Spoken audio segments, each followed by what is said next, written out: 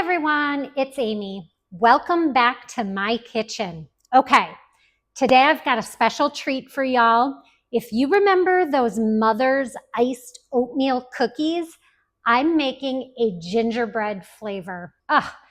These are so good. We tested them numerous times in the kitchen and they were so good that it was like, all right, they need to go in the freezer. Y'all, they're good from the freezer too, straight from the freezer, frozen.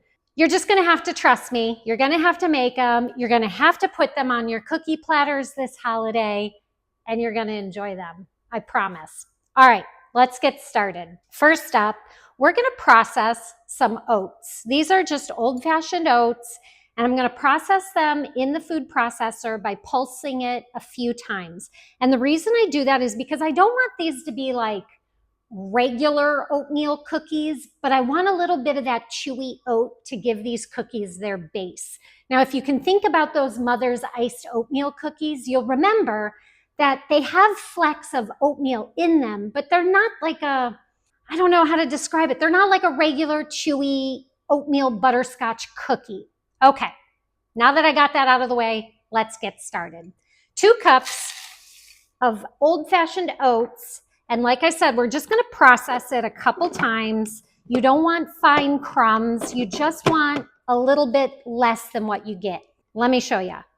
1, 2, 3, 4, 5, 6, 7, 8 for good measure. That's it. Just enough to give them a little bit less texture, if that makes sense. Okay, got the mixing bowl set up. In this mixing bowl, you are going to add 1 cup of melted butter. To that, you're going to add 1 cup of brown sugar, half a cup of granulated sugar, and we're going to mix this until it's blended.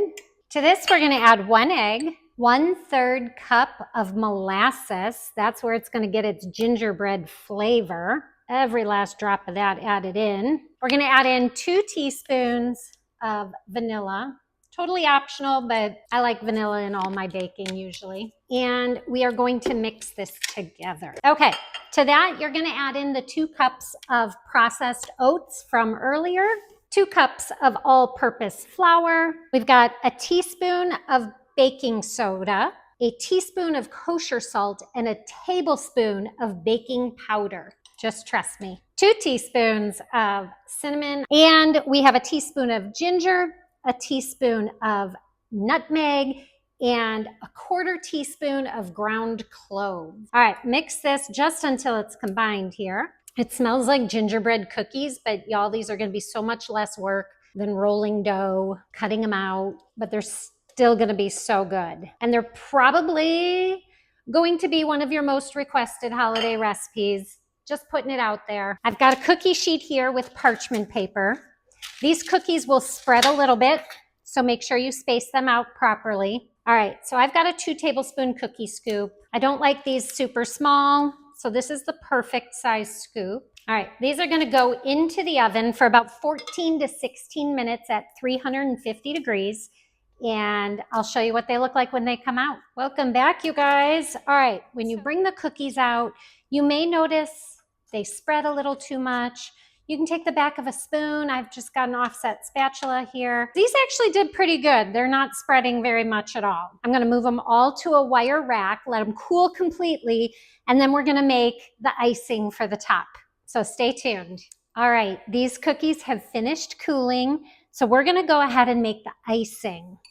You're gonna need 2 cups of powdered sugar. I've got a teaspoon of cinnamon and half a cup of heavy whipping cream. I know many of you are going to ask if you can use milk or some other alternative. The answer is yes, but I like to be able to stack these cookies, and the heavy cream hardens enough on the cookies that they become stackable. When you use a milk product that isn't as full of the fat, it doesn't seem to harden as well. So keep that in mind if that's a factor for you. All right, we're gonna whisk this smooth and get out all the powdered sugar lumps. That looks so good. And I like to use just a really small, this is a 1 tablespoon cookie scoop, just to get the icing onto each cookie. I don't use quite a tablespoon. It's probably closer to 2 teaspoons. This recipe makes 36 cookies, so keep that in mind as you put icing on them, that you want to make sure you have enough for all your cookies.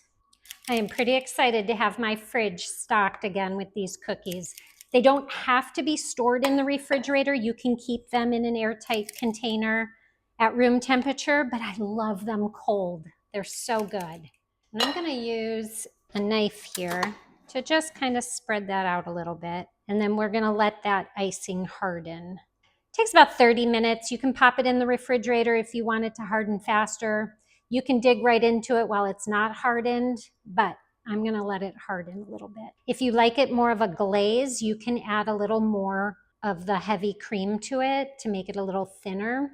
But this is perfect for me. I am a frosting junkie. Okay, guys, it only took about 10 minutes for these to set up. Look how beautifully that hardened on those cookies. I think you're gonna love these this holiday. If you try them, let me know. Be sure to like, subscribe, comment, all the things. I'm so thankful for all of you. Happy holidays. Cheers. Perfect texture.